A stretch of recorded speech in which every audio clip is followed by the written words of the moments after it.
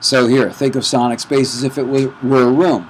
Remember, don't overcrowd the room. So that's really important to sort of keep in mind. And many times I get mixes to do and all the sound elements are really great, but I have to fight in the last part of the mix to get everything heard because there's not enough space for it.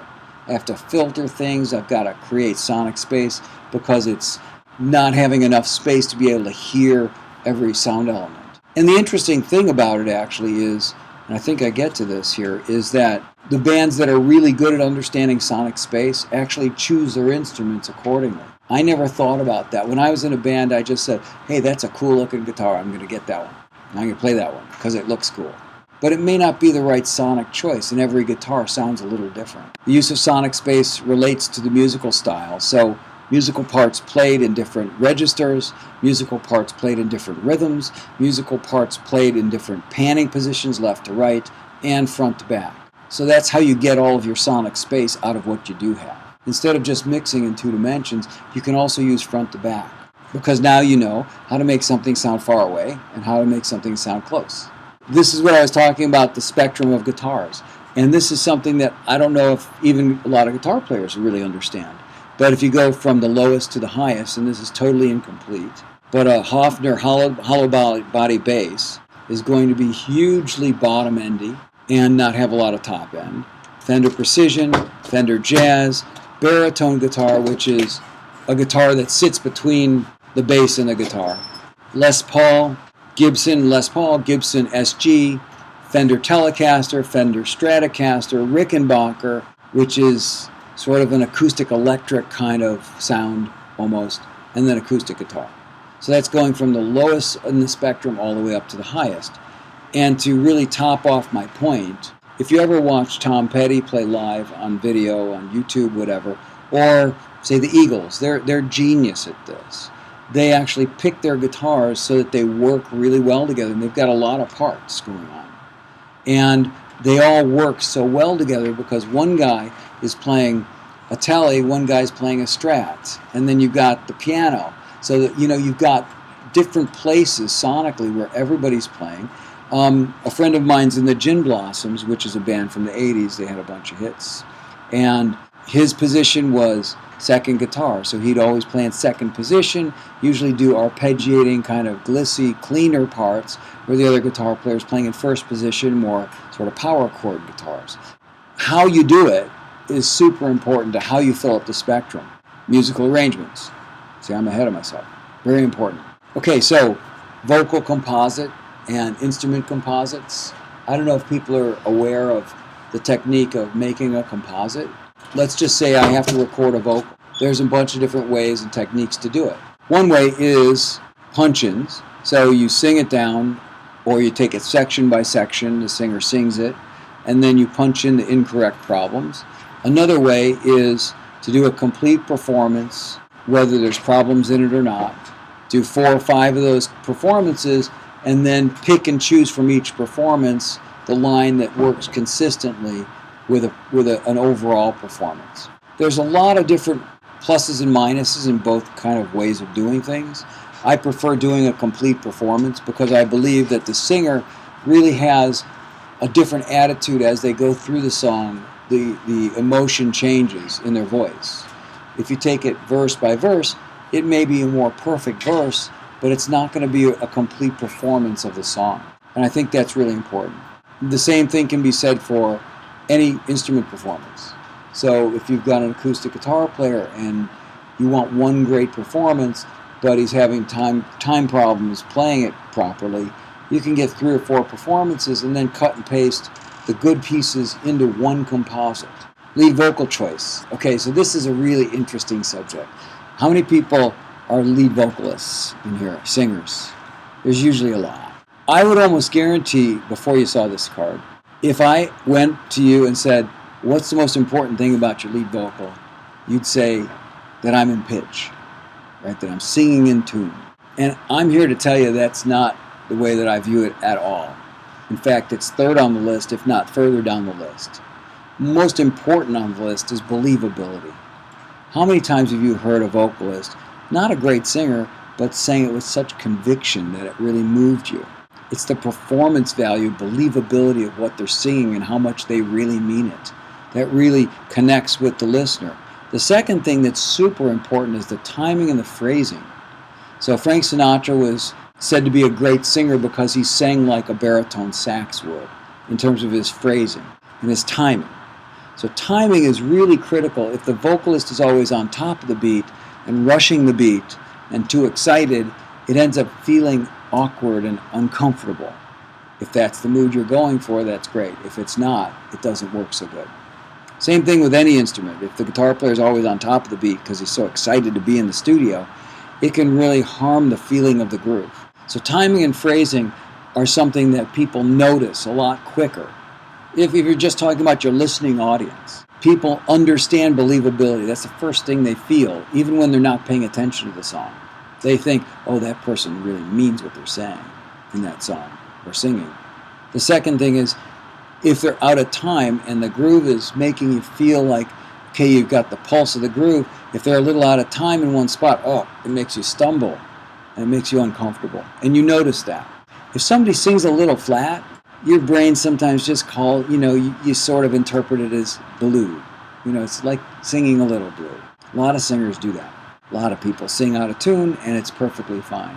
Of course, auto-tune exists now, so everybody thinks that that's super important. And it's good if you can sing in perfect tune, not perfect, but if you can sing in tune, that's absolutely important. Of course, if you go so far out of tune it becomes disruptive, then it's not okay. I'm just talking about slightly out of tune, little flat is more acceptable than a little sharp.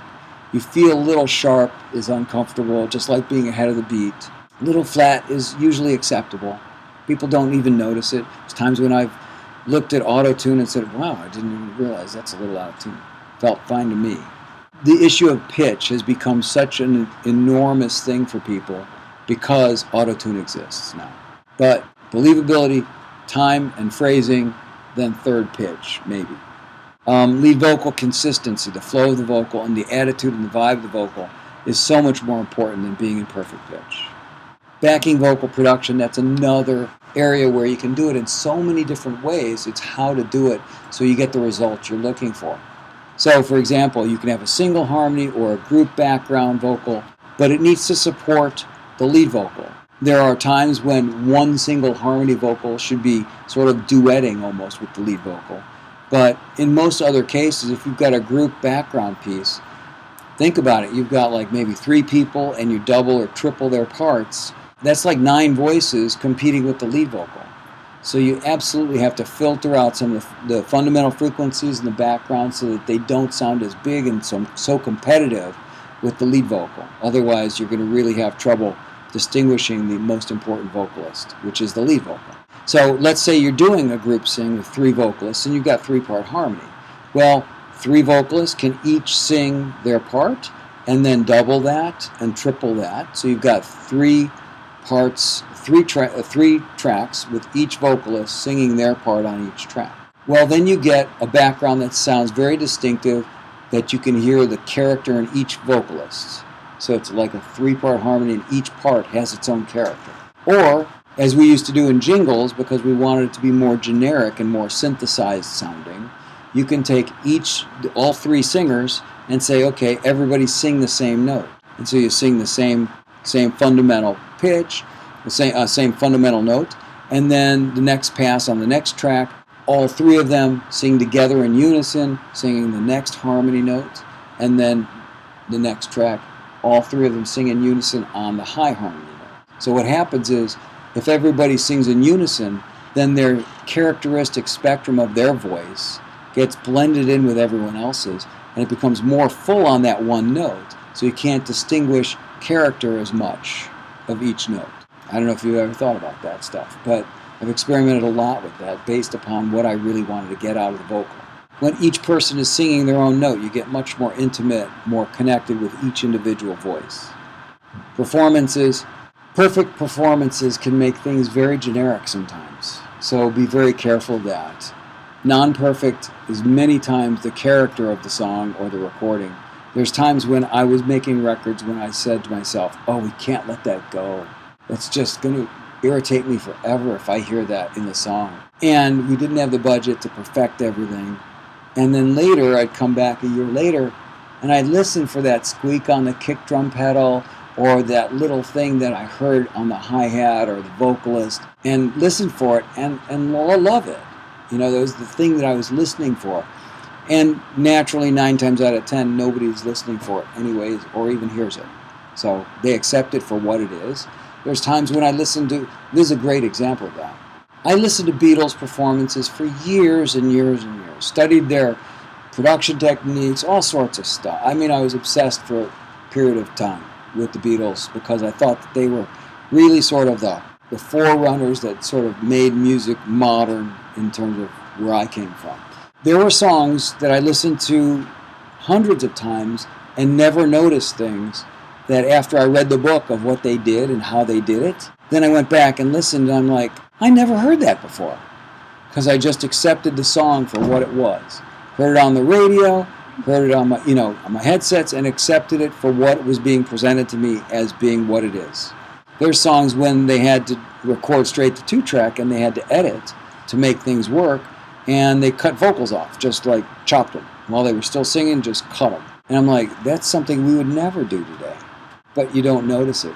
There's actually, here's a great example. And I'll give you a specific example. You can go and try it out for yourself. Put on headphones, pull up the recording of Yesterday. Very famous song, right? And the melody goes up where he goes, yesterday, right? It happens twice in the song. And the second time it happens, if you listen very closely on your headphones, you're going to hear 2 voices if you listen close enough. I never knew that existed until I really read about how they did it, and then I really listened. The second voice is very quiet. What happened is this was the guitar and the vocal were recorded at the same time.